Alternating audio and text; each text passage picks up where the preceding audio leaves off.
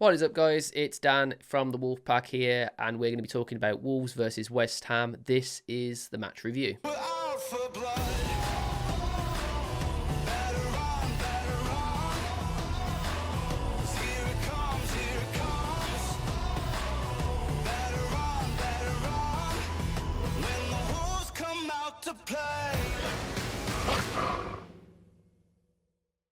As you can see, it's finished Wolves 1, West Ham 2, and it was a game full of controversy that we're going to talk about, I'm sure. It's a game of two halves for sure as well. Wolves completely dominated that first half, as you can see.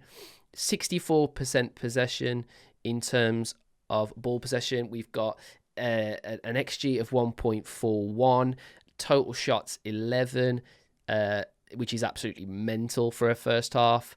6 shots on target of those 11, which is a really, really good stat for us in general, considering we barely ever have any shots due to all of the injuries that we've got currently.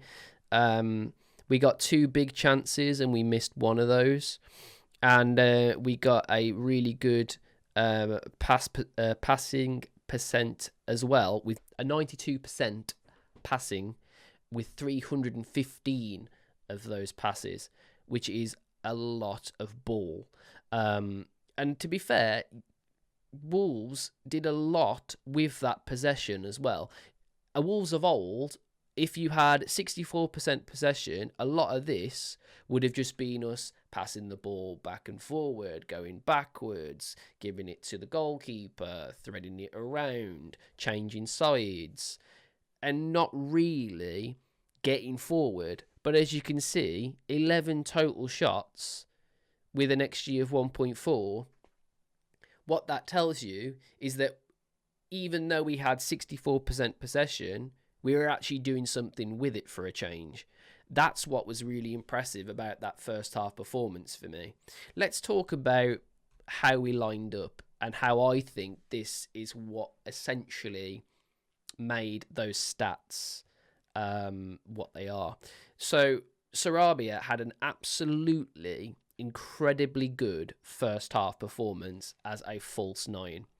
We have used Sarabia as a false 9 before, but what we didn't do was play some of these players that are good on the ball and are good at passing a ball a little bit further up from our DMs. And what this did was it created a really solid wall of players that West Ham was struggling to find gaps through. And also what that allowed was a lot of ball possession for Wolves. And what was really, really amazing was that Sarabia was picking up the ball in the middle and he was doing something with it, whether that be putting a ball to Doyle, whether that be putting a ball to Nate Nori, or even recycling it through Lamina and Gomez. And what was really good, it meant that we didn't have to rely heavily on Semedo and Doherty getting forward.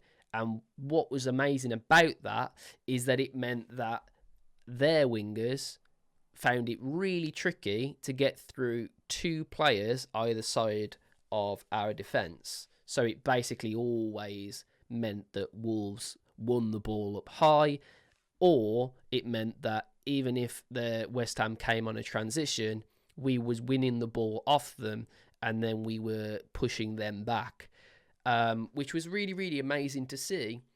And I only wish this style of play actually worked in the second half. And the reason it didn't, and I'll tell you about that now while we're on that subject, and then we'll go over the goals and everything in a second, were these 2 changes here. These 2 changes that West Ham made completely changed this system, and it allowed players to get a lot more forward. They were threatening us on counters, and they were forcing Doherty and Semedo out of position, which meant that they were finding spaces out wide where they could hurt us, basically. And that's essentially what led to the penalty for them. But let's talk about our penalty, because that happened in the first half as well. So our penalty, was it a penalty? I reckon it was about a 50-50, if I'm being genuinely honest. When it happened live, it did look like their player got a little bit of the ball as well as the player, but I think they got more of Aït-Nouri than the ball, in my opinion, and that's basically what led to VAR coming to that decision. We'll talk about VAR at the end for sure, because there's a lot to talk about VAR. But how did that penalty come to be? Well, it came to be from a nice attacking move from Wolves. Sarabia, like I said earlier, was playing really, really well in that false 9 position. Collects the ball in the middle of the pitch, manages to thread a pass to Doyle. Doyle gets pretty far out wide, actually, which was quite unusual to see. But it worked to our advantage, because Doyle can thread a pass really, really well, and he manages to thread a pass over to Aït-Nouri, who makes a clever run. And what I really liked about Sarabia is he didn't just stop in this place where he picked up the ball in the move. He actually starts to push forward and pull Zuma out, so that Aït-Nouri can get a little bit more joy going one-on-one with their goalkeeper, basically. But Aït-Nouri gets taken out, and it becomes a penalty. Sarabia dispatches it perfectly, manages to go the same way as the goalkeeper, but he really just hits it in such a sweet spot where no goalkeeper's getting into that. It even hits the post and goes in, and it's a good goal, and it was well deserved from a Wolves standpoint, I thought. If you look at the momentum here, West Ham do have little bits and drabs in between, but you can see just where that goal comes from. A lot of momentum here from Wolves, and that's ultimately what led to that goal. And what I really liked is, even after the goal, West Ham really didn't look like they had enough quality, because Bowen went off injured.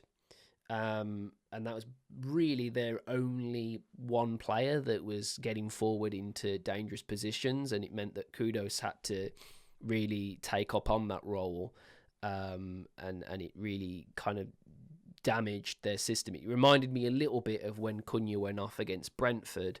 When you've got a player of that calibre going off, it's tricky to replace that player, and I think they needed to stick it to 1-0 so that they could go in after the second half and really start to elaborate on as to why they're losing the game. And for me, that is exactly what happened, because in the second half, as you can see, West Ham absolutely dominated us throughout the rest of the second half. We had a poor XG, 3 shots, not good enough, only 1 of those on target, no big chances. Our passing's gone down by 100. Wolves were so negative. We were pushed back so much. And the reason for that, like I said, and I was alluding to earlier, these 2 players that came on for them, Antonio and Johnson, changed their system to a point that it meant that Doherty and Semedo had to get forward. And because of that, it left so many gaps where ultimately that's where their penalty comes from. Because Doherty and Gomez are prattling about with the ball. We do this too much. We did it in the first half as well with Semedo. He backheels it and puts himself into a world of trouble. And it just Soufal literally fluffs his lines, but if he doesn't, it was 1-0 at that point. So we've already saw early signs of us prattling about with the ball, and that's exactly what leads to the penalty, because Doherty and Gomez are prattling about with the ball.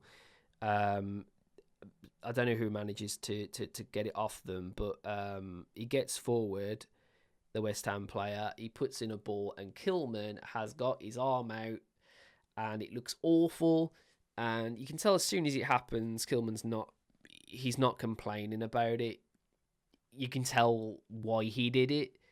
It was a bit naive, in my opinion. And it's another poor performance by Kilman, but we'll talk about that at the end when we talk about performances. But Kilman has to do better there, really. Either leave it alone or just put another body part at it. I don't know. It did come at him quick, I guess. But when you look at a player trying to put their arm out and then get it out the way because it's in a natural position, he kind of kept it there because he knew that he was beaten. And yeah, and it was a penalty. Absolutely no doubt whatsoever. It was a penalty, and Paqueta puts it away. And it is then 1-1. And you're thinking, every Wolves fan's thinking it. It's going to end up in tears, isn't it, this game? You can just tell because of how negative we were in that second half. Because we lost our main threat, basically. Aït-Nouri went off injured. And Cunha came on, and Cunha's not match fit yet, so you can't really blame Cunha. But Aït-Nouri in that first half was sensational, unbelievably good, getting forward and with the ball at his feet and close control. His passing was really good. Pretty much everything about Aït-Nouri was amazing. But again, we'll talk about that at the end. But because he went off, it just meant that West Ham were always going to pile on the pressure, and it was always just going to be one of those games where Wolves just basically lost in all departments. Again, defenders look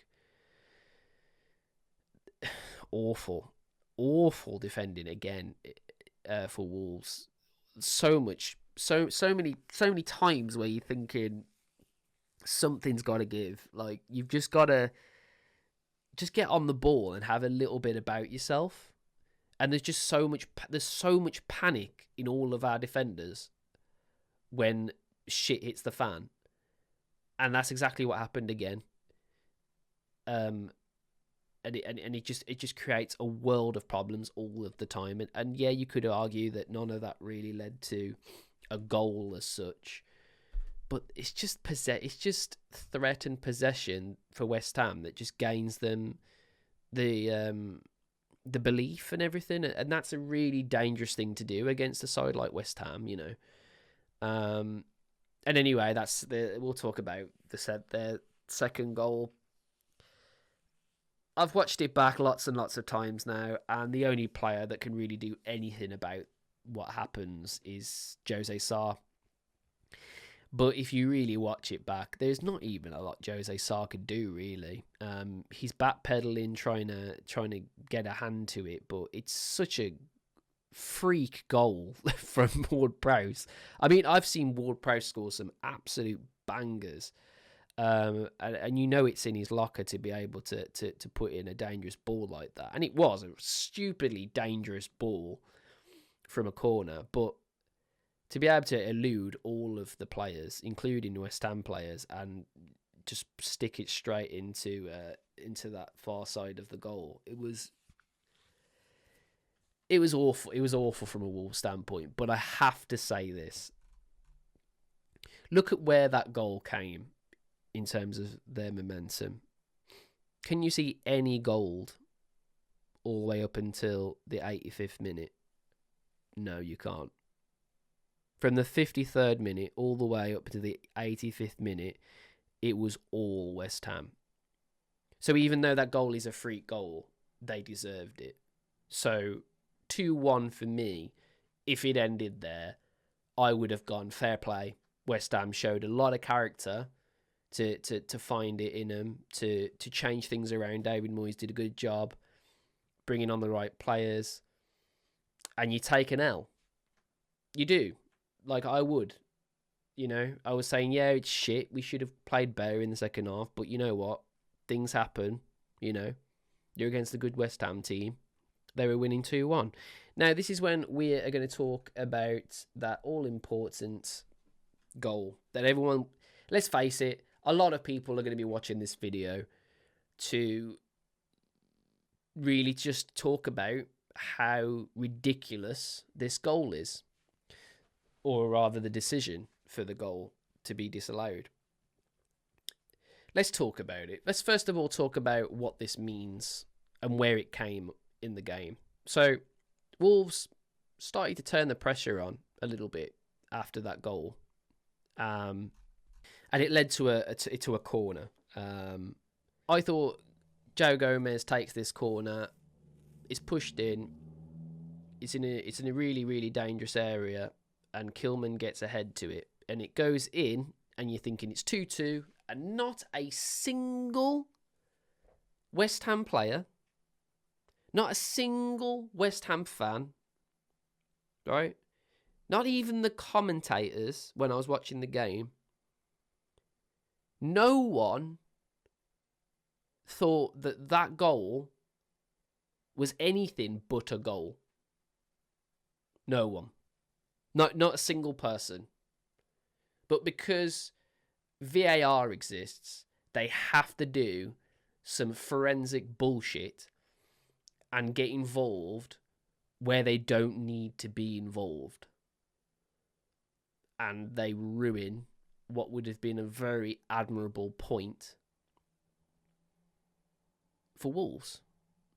Now, I know that West Ham fans are going to be watching this and they're going to basically throw the rule book at me, right? They're going to throw the rule book at me and go, well, that's where you're wrong because Thankyou was in a wrong position. He was offside and that's all there is to it. Now, the rule states, okay? The rule states that if a player is in the eye line of a goalkeeper and is going out of their way to basically cause crap by either pushing them or being aggressive towards them in any way, okay?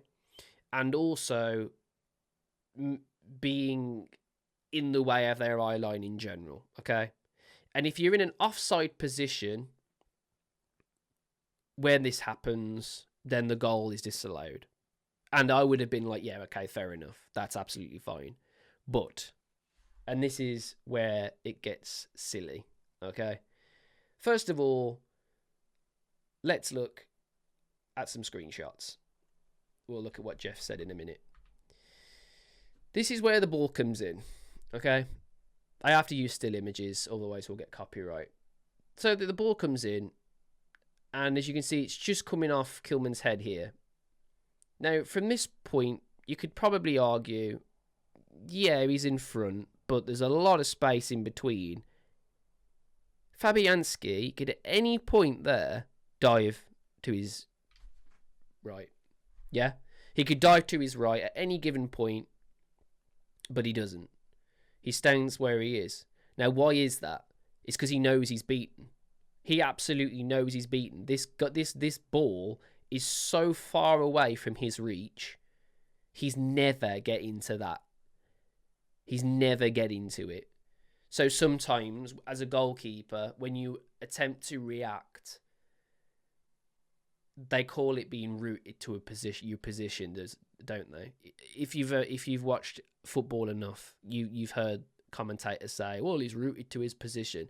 The reason for that is because the goalie doesn't have enough time to react, and even if Fabianski did have time to react, he's not getting to this ball. Okay. Now I know West Ham fans are watching again. They go, "Well, you just said he's in the way." You could park a car in between the space that Chihuahua and Fabianski have been between them there. Does it look like at any point in this screenshot that Fabianski's thinking, ooh, he's in my way? Or does it look like he's pretty comfortable in his position and his stature there? I think he looks pretty comfortable for me. He's got a lot of time there to elaborate on the situation. He's got no one in front of him to a point where it's annoying him. and he's got more than enough time to dive to his right. Okay? If his reflexes are there, he could dive to the right there, potentially try and save it. He's probably not going to get to it. We've talked about this. The ball is far too wide for him to be able to get to it, but he could have made an attempt, right? Now, Traore's position does not change from here. It doesn't. I've watched it back several times. He just stays where he is, okay? As you can see, someone from Twitter has basically put some lines here so you can see the field of view in which Fabianski has at where the ball is. So he can see the top side of where the ball trajectory is and the bottom side of the trajectory of where the ball is. Traore isn't in the way. I know he's got a bit of a weird sort of pineapple haircut thing where he might not be able to see over that. But as you can see, he's not even really having to get on his tippy toes to have a look. He's not having to push Traore out the way. If Traore was such an issue in his eye line, don't you think Fabianski's hands would be on Traore trying to move the kid out of the way and not looking as though he's about to make a save? This is absolutely one of the worst decisions that's gone against Wolves this season. And there's been a lot, and I am going to do a video going over all of them. We have dropped 10 points. 10 points from VAR decisions, of which most of them, everybody agrees that it's bad, that they're bad decisions. I have not heard anybody but West Ham fans say that this goal should be disallowed. I have not heard anyone. Now, this is what annoys me, guys. This is the thing that annoys me the most, okay? If you are a fan of football, okay, you cannot say that these decisions should happen. You can't. Because it's going to come back to you. And I know that West Ham have suffered from decisions and VAR this season. So you guys, out of everybody, should realise that celebrating these decisions and backing up referees for bad decisions is only going to harm everybody going forward. If this happened, say this is Jose Sarr. This is Jose Sarr, and we'll say, I don't know, this is Antonio, for example, okay? And Zuma's going up for the corner here. If Zuma takes this and it goes in and it gets disallowed, I'm, as a Wolves fan, am looking at that and going, we got away with one there. I'm happy with the result, which is fair enough. If you're happy with the result, West Ham, that's fair enough. You needed a win. That's massive for you guys. Fair play. But if you are backing up a referee for this decision, then you are harming the game. You are harming the game for everybody. Because they are going to go, oh, well, you know, not everybody said it's a bad decision. So, therefore, you know, you have to take off the biased glasses for these decisions. If this happened, again, and it was for us, I am not sitting here celebrating and defending a decision like this. I'm not. I'm just not. I'm sorry, I'm just not. I am not defending it. I am looking at this and I'm going, we bloody got away with one there, you know. And maybe we're not going into such lengths as to talk about these things because obviously, you know, they're not for your team. I get that. But you've got to at least not do the thing where you back up bad decisions because they're for your team. You can't do that, guys. It's not right. Anyway, we're going to talk about what Jeff Shee said in relation to this decision. When a goal is scored and not one person inside the stadium questions the validity of that goal, including both sets of players, coaches, fans, and even the match officials themselves, it's time to question whether someone remote disallowing that goal is really what football needs. Well said, Jeff Shee. Well said. We'll also talk about what O'Neill said. He said, my view, David Moyes' view, Fabianski's view is that it was a scandalous decision. Terrible, horrendous. I don't understand it. I can't think of an explanation. It was one of the worst decisions I've ever witnessed. I wasn't calm enough to receive an explanation, but he hasn't really got one. I don't know where they are with it, and any explanation doesn't help us. It was a terrible decision, and I'll tell you why it's a terrible decision. This is what I love about Gary O'Neill. He doesn't just say, like, for example, Ten Hag, when he saw that Chelsea decision go against him, he doesn't just say, I'm really unhappy, it was a penalty, or it wasn't a penalty, rather. He goes in depth and tells you as to why his decision is the way it is. And I'll tell you why it's a terrible decision, because the only way he can impact the keeper is if he's impacting how he can move, which he isn't, and if he impacts his vision, which he isn't. If you look at the side view, which is what we've just pulled up earlier, this one here, guys. If you look at the side view, Fabianski can clearly see the ball over Twanda's head. It's a terrible decision. He's a fully qualified professional referee, stood in front of a screen, and he should be able to make his decision. The whole world thinks it's a terrible decision, yet a highly qualified referee is stood in front of a screen with slow motion replays and manages to get it wrong. This is another debate as well, isn't it? How many times has a referee gone to a screen because of a offside decision? And the annoying thing is that this decision, you know what word they use to back themselves up? It's a subjective decision. So basically, it's a decision in which a subject can make if they would like to, or they don't have to. VAR got involved because they weren't sure, but because they weren't sure, they then asked the referee to look at the monitor. How many times, and I'm going to try and not get angry here, how many times has our monitor been used at Molineux for Wolves?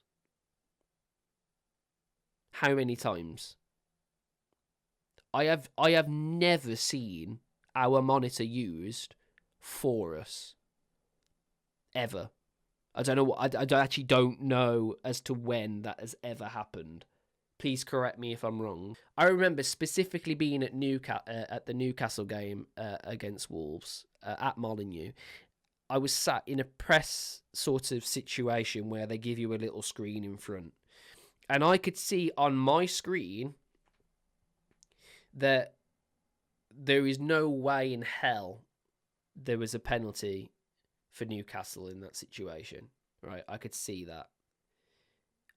All I wanted from that situation, all I wanted was the ref to go over to the screens at Molineux and see that for himself.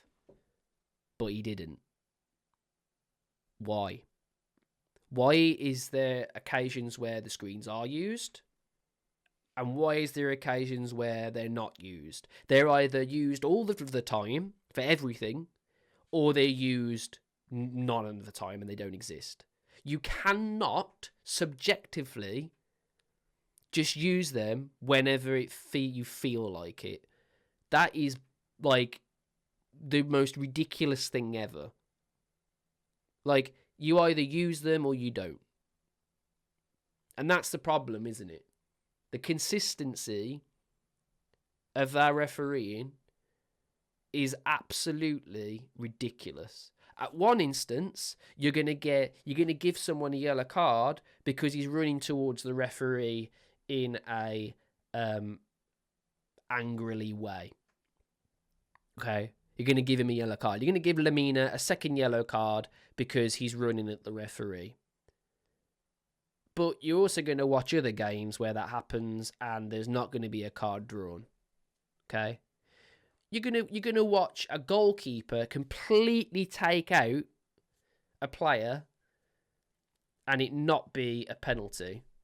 And then you're going to watch, say, an Everton game where Pickford does the same thing and they give a penalty. This is what I'm trying to say. You either have consistency where your decisions are based upon fact, or you just get rid of VAR and just allow human error. Because that was the whole point with VAR, wasn't it? VAR was introduced to minimise human error that's caused by us as humans, isn't it? Yeah? But the thing is, you're still going to get human error. Why? Because the people that are controlling the cameras are human beings. So therefore, if anything, it just highlights even more how poor the English refereeing is. We need foreign referees in the Premier League. Why don't we have foreign referees in the Premier League? Has that ever even been addressed? Why? Because you watch international sport and there is very, very rarely a decision to the magnitude of any of these things that have happened. Not just to Wolves, but in general in the Premier League. So we need to do something about this. It's no use just saying, oh, you know what, we got that wrong, and then going on with Howard Webb and Michael Owen and then, showing, I don't know, a decision that is wrong, and they go, oh yeah, we got that one wrong. Well, that's great, but you know what? You've ruined Wolves' season. We aren't getting Europe now. It was an offside chance before. It was an outside chance, but we could still get Europe after a draw. But now you've killed that completely. And arguably, you've done that all season anyway. So,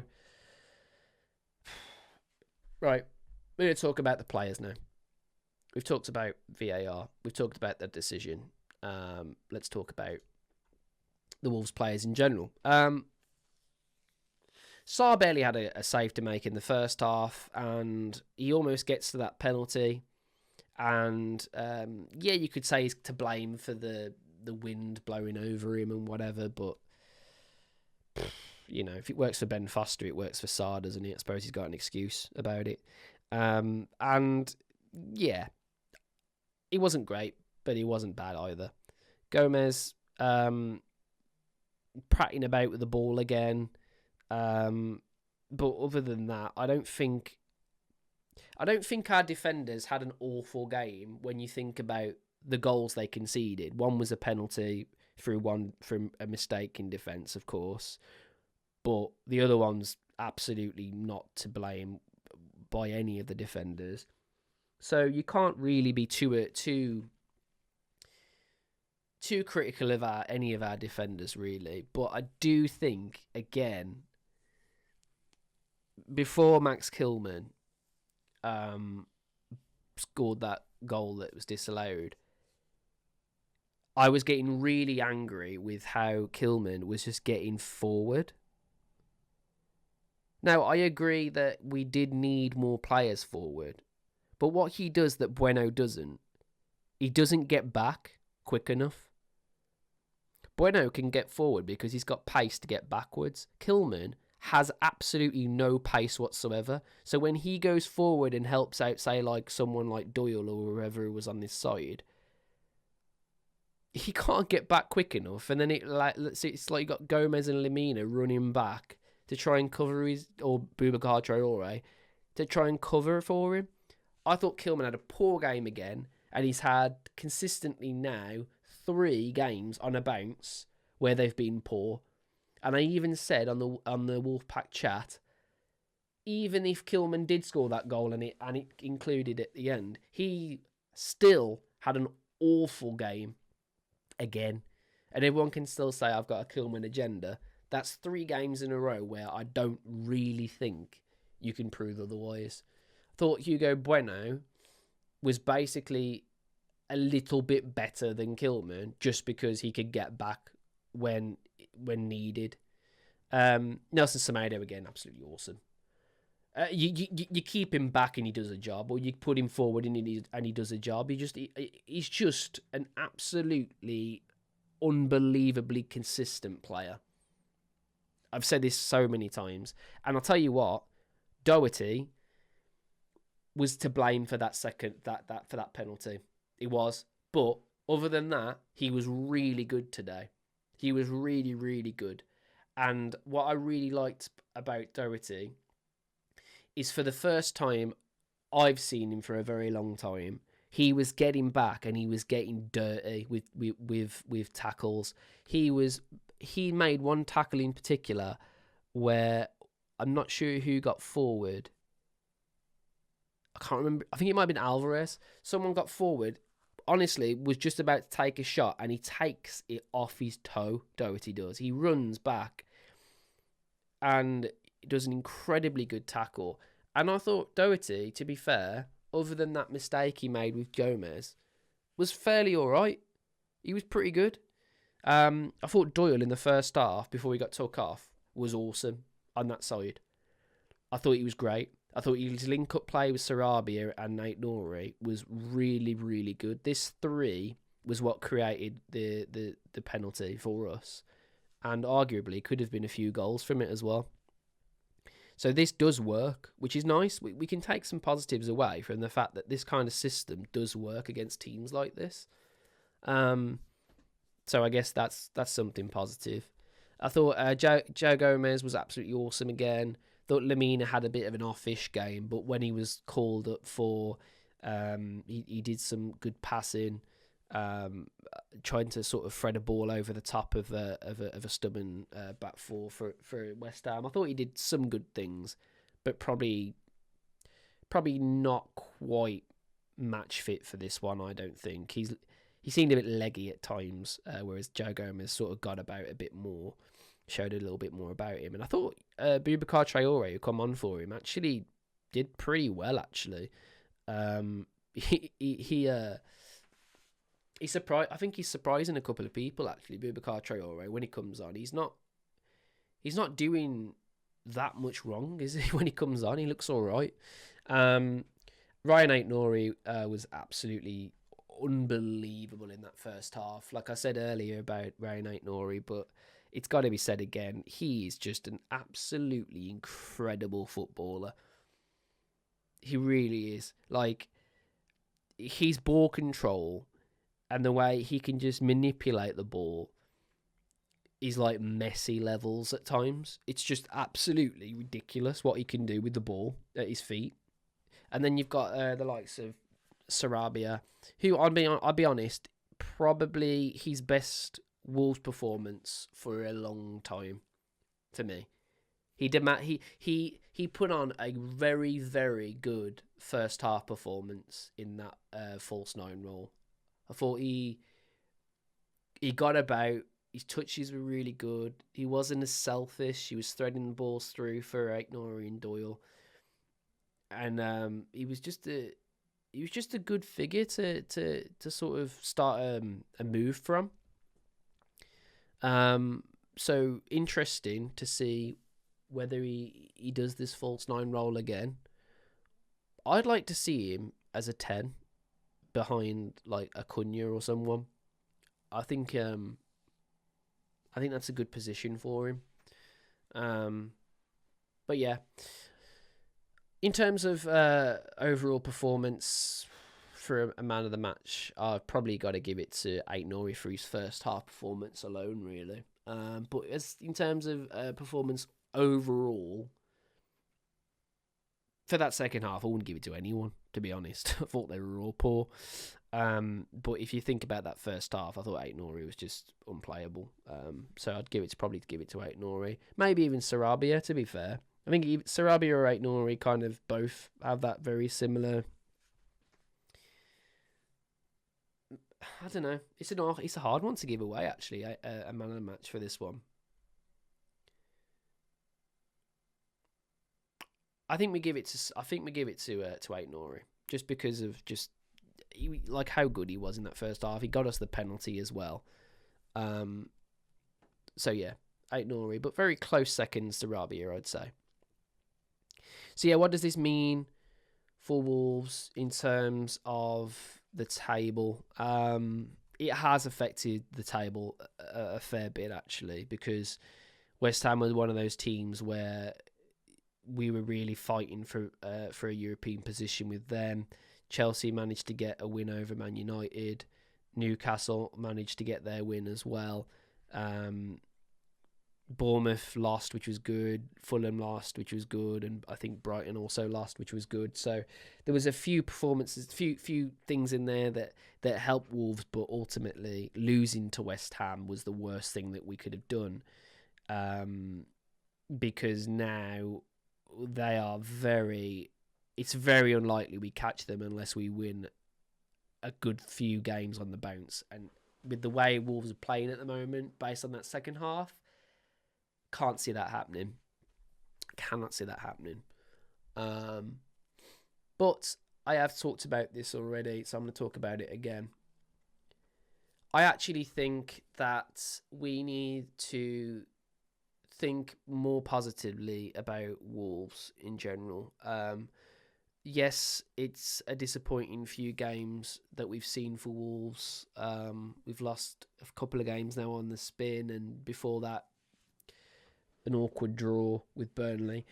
But to say that we are safe with a few games to go is unbelievable testament to how Gary O'Neill has been able to